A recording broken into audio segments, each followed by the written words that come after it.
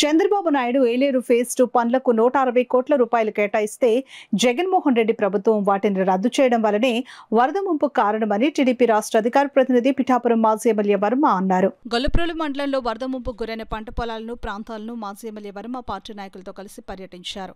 ఈ సందర్భంగా మాజీ ఎమ్మెల్యే వర్మ మీడియాతో మాట్లాడారు. పార్టీ మండల ప్రెసిడెంట్ ఉలవకాయల దేవేంద్రుడు, మాజీ జడ్పీటీసీ మడికి ప్రసాద్, వీరబాబు, పుణ్యమంతుల మూర్తి తదితరులు పాల్గొన్నారు. మన సొద్దుగడ్డ కొండకాలకు సంబంధించి 700 క్యూసిక్ లాగుతుంది కాలం. ఇప్పుడు 1600 క్యూసిక్ బయటకు వస్తుంది.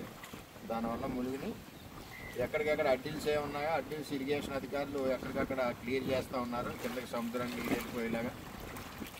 ఈరోజు ఈ వరదకి ముఖ్య కారకుడు జగన్మోహన్ రెడ్డి.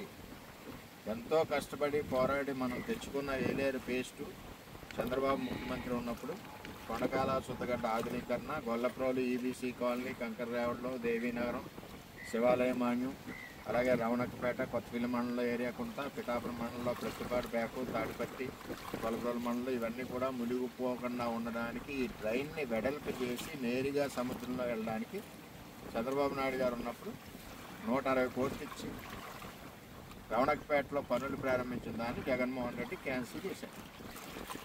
ఆ రోజు ఉన్న విదేశీయులు ఎవరైతే ఉన్నారో 2019-24లో అప్పుడు ఎంపీ కానీ అప్పుడున్న ఎమ్మెల్యేలు కానీ దీన్ని రద్దు చేయమని చెప్పి కోరారు. వాళ్ళు కోరి దీన్ని క్యాన్సిల్ చేయించారు. ఎంచేదంటే ఎప్పుడూ ఇక్కడ తిరిగి ఓడికి, ఇక్కడ మునిగి ఓడికి, ఇక్కడ నష్టపోయే ఓడికి మనకు తెలిస్తే బాధలు, వాళ్ళకేం తెలుస్తాయి? వాళ్ళు ఇచ్చి క్యాన్సిల్ చేయమన్నారు. ఈవేళ బాధ ఎవడు అనిపిస్తున్నాడు? మనం అనిపిస్తున్నాం. అది ప్రారంభించడానికి ఎన్నాళ్ళు పెట్టింది? పిఠాపురం నియోజకవర్గ తెలుగుదేశం పార్టీ కార్యకర్తలు సంవత్సరాలు పోరాడితేనే అవి వచ్చినాయి. మన ప్రభుత్వం వచ్చాక ఇప్పుడు మళ్ళీ ప్రారంభించుకోవాలి. అంటే వచ్చిన దాన్ని గ్లాసు పగలగొట్టడం ఎంత ఈజీయో 1924లో జగన్మోహన్ రెడ్డి ఇక్కడున్న మన ఎంపీ గారు, అప్పుడున్న మన ఎమ్మెల్యే గారు అందరూ కలిసి ఆ గ్లాసు పాల్గొట్టేశారు అంతే. మనం దాన్ని తెచ్చి ప్రారంభించిన పనుల్ని ఇవాళ పరిస్థితి చూడండి, ఎలా ఎంత నష్టపోతున్నాం, ఎన్ని కోట్లు పోతున్నాయి. ఇక్కడ 50 ఎకరాలు, ఇంకో చోట ఇంకో 100 ఎకరాలు, అలా చూసుకుంటే మనం నష్టపోతున్నాం.